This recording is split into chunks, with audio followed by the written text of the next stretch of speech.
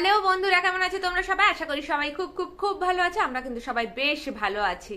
তো আজকে আমি আবার চলে এসেছি টিপস অ্যান্ড ট্রিক্স নিয়ে। আর আজকে একটা টিপস হলো শীতকালে একটা কমন ব্যাপার, যেটা হলো গলার আওয়াজ বসে যাওয়া। গলার আওয়াজ কিন্তু বিভিন্ন কারণে বসে যেতে পারে, সেটা শুধুমাত্র শীত নয়। তবে শীতে যেহেতু ঠান্ডা লাগার একটা ব্যাপার থাকে, তাই গলার আওয়াজ বসে যাওয়াটা একটা কমন ব্যাপার হয়ে যায়। গলার আওয়াজ বসে যাওয়ার অন্যতম কারণ হলো বেশি অতিরিক্ত বকবক করা, গলায় প্রেশার যেটাকে দেওয়া। ধরো হকাররা বা যারা লেকচারার, টিচার, এদের গলার আওয়াজ, যারা বাচিক শিল্পী আছে, এদের তো গলার আওয়াজের সমস্ত কাজ, তাই না? তো সেই ক্ষেত্রে কিন্তু গলায় অতিরিক্ত প্রেশারের ফলে গলা বসে যায়। অনেক সময় গলায় কোনো ইনফেকশনের জন্য গলা বসে যায়, কোনো ব্যাকটেরিয়ার সমস্যার জন্য গলা বসে যায়, বা ঠান্ডা লাগার কারণে, টনসিলের ব্যথার কারণে হোক, বা অতিরিক্ত নেশা করার ফলে হোক, অনেকগুলো কারণে কিন্তু গলার আওয়াজ বসে যায়। তবে নর্মালি যদি গলার আওয়াজ বসে যায়, ধরো কেউ একটু আইসক্রিম খেয়েছে, ঠান্ডা লাগা থেকে গলার আওয়াজ বসে গেল, বা খুব কাশি হয়েছে, এই ধরনের ক্ষেত্রে কিন্তু ঘরোয়া কিছু উপায় রয়েছে যেগুলোতে অনেক সময় ঠিক হয়ে যায়।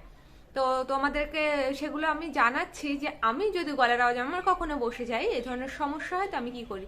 প্রথমে গলার আওয়াজ বসে গেলে আমি গলাকে পুরোপুরি রেস্টে রাখি, কোনো কথা বলি না, ইভেন ফিস করে কথা পর্যন্ত বলি না, গলাকে রেস্ট দিই।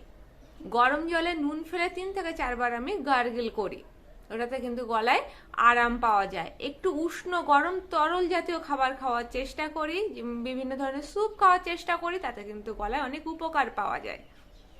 আদা আদা কিন্তু ব্যাকটেরিয়া নাশক, সেটা শুকনো আদা হলে আরো ভালো হয়, বা আদার রস, সেটা গলার জন্য খুবই উপকারী।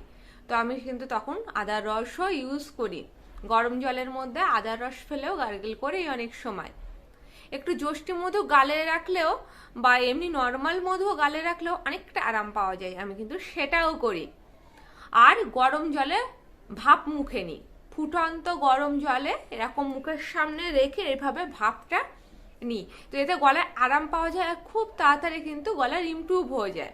এবার দেখা গেল এত কিছু করার পরেও গলায় কোনো ইমপ্রুভমেন্ট নেই, তখন কিন্তু অবশ্যই কোনো নাক কান গলা ডাক্তারের সঙ্গে, অর্থাৎ ইএনটি স্পেশালিস্টের সাথে যোগাযোগ করা উচিত, আর খুব দ্রুত ডাক্তার দেখিয়ে নেওয়া উচিত।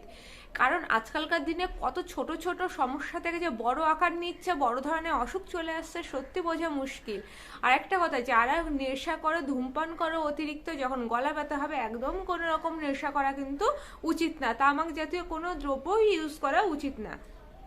তো ডাক্তারের সঙ্গে যোগাযোগ করলে ডাক্তার যখন তোমাদের কাছে সিমটম জানতে চাইবে, সিমটম অনুযায়ী কিন্তু ডাক্তার ট্রিটমেন্ট করবে। তো যদি গলার আওয়াজ হুট করে বসে যায় বা বারবার বসে যায়, তাহলে কিন্তু সেই ক্ষেত্রে ডাক্তারের পরামর্শ নেওয়া উচিত।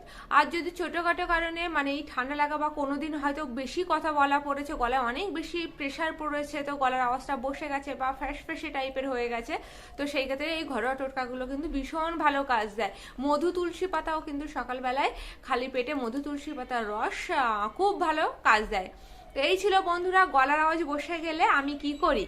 তো ভিডিওটা যদি ভালো লেগে থাকে বন্ধুরা, তাহলে কি করবে, লাইক শেয়ার কমেন্টস করতে কিন্তু একদম ভুলবে না। আর মুখার্জি ফ্যামিলি ব্লগস অবশ্যই সাবস্ক্রাইব করে রাখবে। তো চলো এখনকার জন্য টাটা।